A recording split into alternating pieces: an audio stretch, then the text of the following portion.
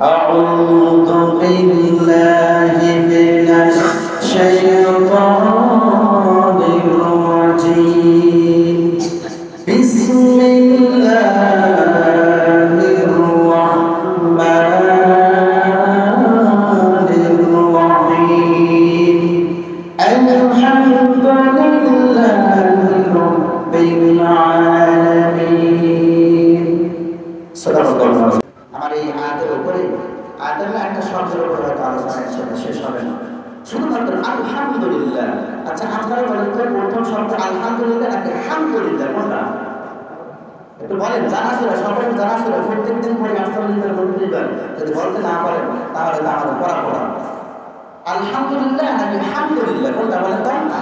আলহামদুলিল্লাহ। খেয়াল করেন, তাফসীরে ইবনে কাসিরের লেখক উনি সুন্দর করে বর্ণনা করেছেন, তাফসীরে জালালাইন উনিও সুন্দর করে ব্যাখ্যা করেছেন, তাফসীরে কুরতুবী, তাফসীরে আশআরি, যেকোনো একটা তাফসীর করেন সুন্দরভাবে অর্থটা পেয়ে যাবেন। আচ্ছা, সংক্ষিপ্ত অনুবাদ যেটা আপনারা বলেন তো আলহামদুলিল্লাহি রাব্বিল আলামিন এর অর্থটা কি বলেন? একটু বলেন, জানা থাকলে বলেন।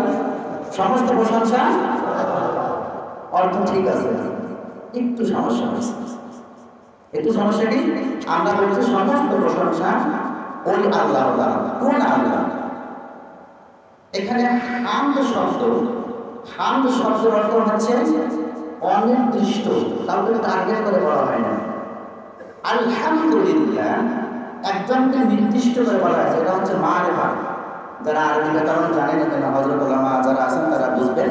মারিফা বাংলাতে বলা হয় নির্দিষ্ট, আর ইংরেজিতে বলা হয় স্পেসিফিক। অর্থাৎ আলহামদুলিল্লাহ শব্দের অর্থ হচ্ছে নির্দিষ্ট, আর হামদ শব্দের অর্থ হচ্ছে অনির্দিষ্ট। তাহলে এই আয়াতের পূর্ণাঙ্গ অর্থ আসতেছে সমস্ত মৌলিক প্রশংসা একমাত্র ওই আল্লাহ তাআলা। মৌলিক কেন বললাম? এখানে তিনটা জিনিস আমি গবেষণা করে পেয়েছি। তিনটা জিনিস মৌলিক কেন বলা হয়েছে? হামদ শব্দের অর্থ একটা মাত্র প্রশংসা, আর আলিফ লাম যোগ করলে হয় নির্দিষ্ট একজনকে বোঝানো হয়। তাহলে এখানে তাফসীর জেনারেল লিখেছেন, মুফাসসির کرام বলেছেন হামদ শব্দের এই প্রশংসা শব্দ করা হয়েছে তিনটে। কথা বলেন কয়টা? প্রশংসা তিন প্রকার। কয় প্রকার? এক নাম্বার হচ্ছে হামদ ইখতাস বিল্লাহ। এই প্রশংসাটা শুধুমাত্র কেবলমাত্র একজন পাওয়ার মালিক, এটার নাম কি বলেন তো? আল্লাহ। এটা একমাত্র তিনি পাবেন। আরেকটা হচ্ছে সানা, পরস্পরের জন্য প্রশংসা করা। আমরা বলি না, একজন আরেকজনের সঙ্গে বা দশজন বসে থাকলে কোনো লোকজন ভালো করে ইস অমুক ভাইকে অনেক ভালো, এটা কি প্রশংসা করে নাকি তার দুর্নাম করা হবে? বলেন তো, এটা একটা প্রশংসা। এটা নাম্বার দুই, সানা, পরস্পরের প্রশংসা করা। উদাহরণ হচ্ছে কি, যেমন ধরেন যে my father is a gentleman, নিজের বাবাকে বলেন আমার বাবা ভদ্রলোক। Abdul Karim is a good boy, Abdul Karim ভালো ছেলে। এই যে প্রশংসা, এটাকে বলা হয় সানা। এটাকে বলা হয় কি? সানা, পরস্পরের প্রশংসা করা। তিন নম্বরে হচ্ছে মাদহা। এই মাদহাটা হচ্ছে ধন্যবাদ অর্থে ব্যবহার করা। ভেঙে বললে বুঝবেন। যেমন রাস্তা দিয়ে আসতেছে, তার মসজিদে ঢুকতেছে, এক ভাই আসতেছে, টাকা বলে আপনি আসতেছেন, দুজনে ধাক্কা লেগেছে। এখন ধাক্কা লাগার পরে আপনি যে ওনাকে ধাক্কা দিচ্ছেন, আপনি ওনাকে কি করবেন? এখন ওনাকে তো কিছু বলতে হবে। বলতে ধাক্কা লাগিয়ে গেছে, অনেকে বলে না যে সরি ভাই ভুল হয়ে গেছে, বলি না। আবার বলে আই এম এক্সট্রিমলি সরি, অথবা I request in hand for separately consideration. ভাই আমার ভুল হয়ে গেছে, আমি দুঃখিত, অত্যন্ত দুঃখিত। তার কাছ থেকে আমরা কি করি? মাফ চেয়ে যাই। এটা বলা হয় মাদহা। তাহলে প্রশংসা কয় প্রকার? তিন প্রকার। একটা হচ্ছে ইখতাস বিল্লাহ, এটা প্রশংসা একমাত্র আল্লাহর জন্য। আর সানা, এটাকে বলা হয় পরস্পরের প্রশংসা। এরপরে মাদহা, এটাকে বলা হচ্ছে ধন্যবাদ অর্থে যে প্রশংসাটা করা হয়। তাহলে আলহামদুলিল্লাহ শব্দটা আমরা বলে থাকি, প্রত্যেককে বলি না আলহামদুলিল্লাহ বলি না। তাহলে এবার খেয়াল করেন, সূত্র বা অবন্তিক কথা শুনে 40 মণ মাটি, রব্বে কারীম 40 মণ মাটি যখন ফেরেশতার মাধ্যমে তেনার আরশের মধ্যে নিয়েছিলেন, আমাদের আব্বাজান আলী পিতার নাম কি বলেন দেখি? শুধুমাত্র আলহামদুলিল্লাহ বোঝানোর জন্য কথাটা খেয়াল করবেন। 40 মণ মাটি মুফাসসিরে কেরাম লিখেছেন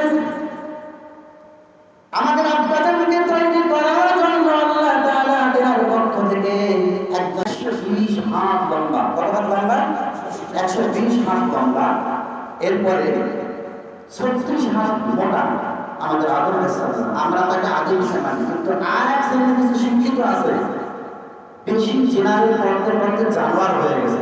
আমি আগে বলছি কোনো শিক্ষাকে আমি পড়াতে পারবো না, ও শিক্ষাকে পড়ে গেছে। কিন্তু বর্তমান সমাজে কিছু ভাই আছে মুসলমানদের ঘরে জন্ম নেওয়ার পরে বেশি পড়াশোনা করতে করতে করতে করতে করতে আজকে পিঠে মাথাকে লাথি মারে, তবে ওকে জানোয়ার না বলবো আমি কি বলবো? তুমি কি শিক্ষা অর্জন করবে যে শিক্ষা তোমাকে বেহায়াপনা, নির্লজ্জ, বেনাল্লাপনা, তোমার মেয়েকে উন্নত করে রাস্তায় পাঠায়, তোমার কি শিক্ষা এটা? আল্লাহ জনাব কারুন রাহমাতুল্লাহি আলাইহি 5000 ছাত্রকে বসায় বলতেছিলেন, এই যে প্যাম্পলেটের মধ্যে রাস্তায় রাস্তায় স্কুলের গেটে গেটে দেখা যায় শিক্ষার জাতীয় মেরুদণ্ড, এটা কোন শিক্ষা? শিক্ষা বিষয়ে যেটা আমার আলোচনা না, আমি ওদিকে যাবো না। শিক্ষার জাতীয় মেরুদণ্ড কোন শিক্ষা সেটা বুঝতে হবে। তাহলে এই যে উনি বললেন যে যারা কলেজে বানর থেকে মানুষের উৎপত্তি, তাদের জন্য আমার এই অথেন্টিক কথাটা খেয়াল করবেন, অনেকের কোনো কথা বলবো না।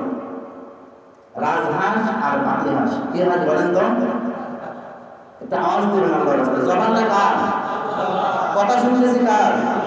তা আল্লাহ দ্বারা জবান দিয়ে আল্লাহর নামে কিছু সমস্যা আছে? ভয় পান? একটু বলেন তো আল্লাহু আকবার। আলহামদুলিল্লাহ, আপনাদের দোয়ার বদৌলতে মসজিদে যখন তাকবীর দেয় না ভয় মানুষ, তাকবীর কিন্তু ভয় পান। আল্লাহ সবচেয়ে বড় বলতেছে নাকি দুনিয়ার কোনো মন্ত্রীর নাম, কোনো এমপির নাম, কোনো সরকারের নাম, তাকবীর কিন্তু সমস্যা কোথায়? একটু বলি তো আল্লাহু আকবার। এই আল্লাহু আকবার মানে হচ্ছে একদম বড়, পৃথিবীতে যে যে যত বড় থাকতে পারে সবার বড়, সবার বড় সর্বশ্রেষ্ঠ কে বলেন তো? আল্লাহ। তো সেই আল্লাহর কোরআন থেকে বলা শুনবো, সেই আল্লাহর নাম নিতে কলিজায় বিন্দু পরিমাণ কাঁপবে না। আজকে মুসলমান আল্লাহকে শব্দটা নিতে ভয় পায়, 120 হাত লম্বা, 36 হাত মোটা, প্রায় আমাদের আদিম পিতা নাকি আদম আলাইহিস সালাম। যখন 120 হাত লম্বা করে বানানো হয়েছে, আল্লাহ তাআলা ফেরেশতাকে ডাকতে বলে, ফেরেশতা তোমরা কেউ হাত লাগাবে না, আমি এই মাটির খোদারকে, এই মাটির এই মূর্তিটাকে আমি আল্লাহ আমার কুদরতি হাত দিয়ে আদর করে তৈরি করবো, বলি সুবহানাল্লাহ। আল্লাহ তাআলা কি বললেন?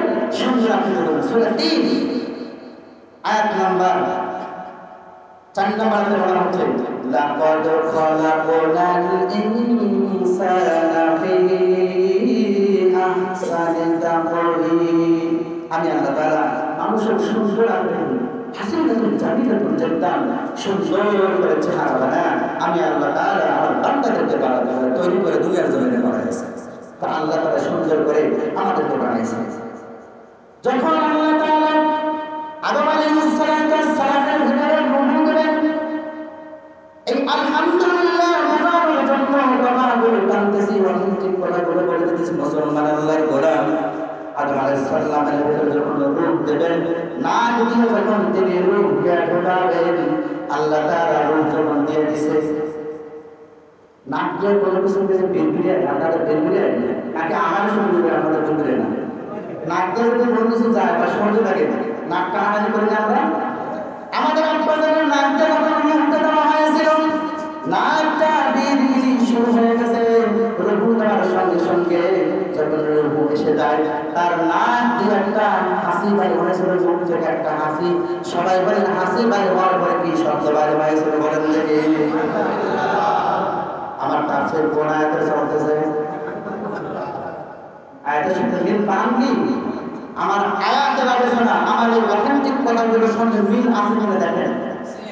এই যে আলহামদুলিল্লাহ শব্দের কথা শুরু করছে, রব রয়ে গেছে এখনো, ওদিকে আলামিন এখনো রয়ে গেছে, কিন্তু শব্দের করা হয়েছে আলহামদুলিল্লাহ। উনি বললেন আচ্ছা, এখানে আমি বললাম আলহামদুলিল্লাহ হাসি দিয়ে, আপনারা কি বলবেন?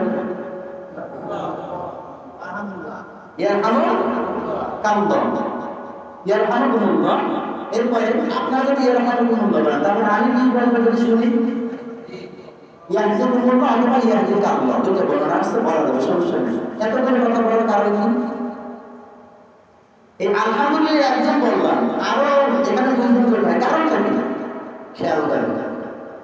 আব্বা জানাজি পিতা আদম আলাইহিস সালাম তিনি যখন আলহামদুলিল্লাহ বলেছিলেন, আমার আল্লাহ তাআলা এই দুনিয়ার জমিনে আদম সন্তানগুলোকে শিক্ষা দিতেছে, ও হে আমার আদম সন্তানেরা, আব্বা জান আমাদেরকে জানিয়ে দিলেন, পৃথিবীর মানুষের সন্তানেরা, এই আলহামদুলিল্লাহ শব্দ আমার মুখ থেকে যখন বের হয়েছিল আমদানি হয় নাই। ফজিলত শরীফ মুসলিম শরীফের হাদিস, কোন মুমিন বান্দা কোন মুসলমান বান্দা যদি হাসি আসার পরে শুধুমাত্র একবার আলহামদুলিল্লাহ বলে, আল্লাহ তাআলা তার আমলনামাটা পরিপূর্ণ করিয়া দেয়। শুধুমাত্র একবার আলহামদুলিল্লাহ বলে। বিজ্ঞানী যারা, চিকিৎসা বিজ্ঞানী যারা তাদের আলোচনা হচ্ছে মুসলমানদের সুসংবাদ, ভালো করে সংবাদ হলে বলে আলহামদুলিল্লাহ। হাসি দিয়ে বলে আলহামদুলিল্লাহ কারণ লাগে। তেনারা গরিব সাহেব, তেনারা গবেষণা করলেন, এত কিছু বলে মুসলমানেরা সুসংবাদ শুনলে বলে আলহামদুলিল্লাহ, কিন্তু হাসি দিয়ে কেন আলহামদুলিল্লাহ বলে? চিকিৎসা বিজ্ঞানীদের থিওরি, তেনাদের থিওরি হলো আদম আলাইহিস সালামের রূহ যখন নাক দিয়ে প্রবেশ করা হয়েছিল, তখন এই মাটির ভিতরে বলেন তো কিছু ময়লা থাকে কিনা? মানে থাকে ময়লা, খড়কুটা, জাম, এই সমস্ত জিনিস তখন ছিল। তেনার রূহ যখন প্রবেশ করা হয়েছিল, আমার আল্লাহ তাআলা মানুষকে শিক্ষা দিতেছেন, মানুষকে বোঝাই দিতেছেন।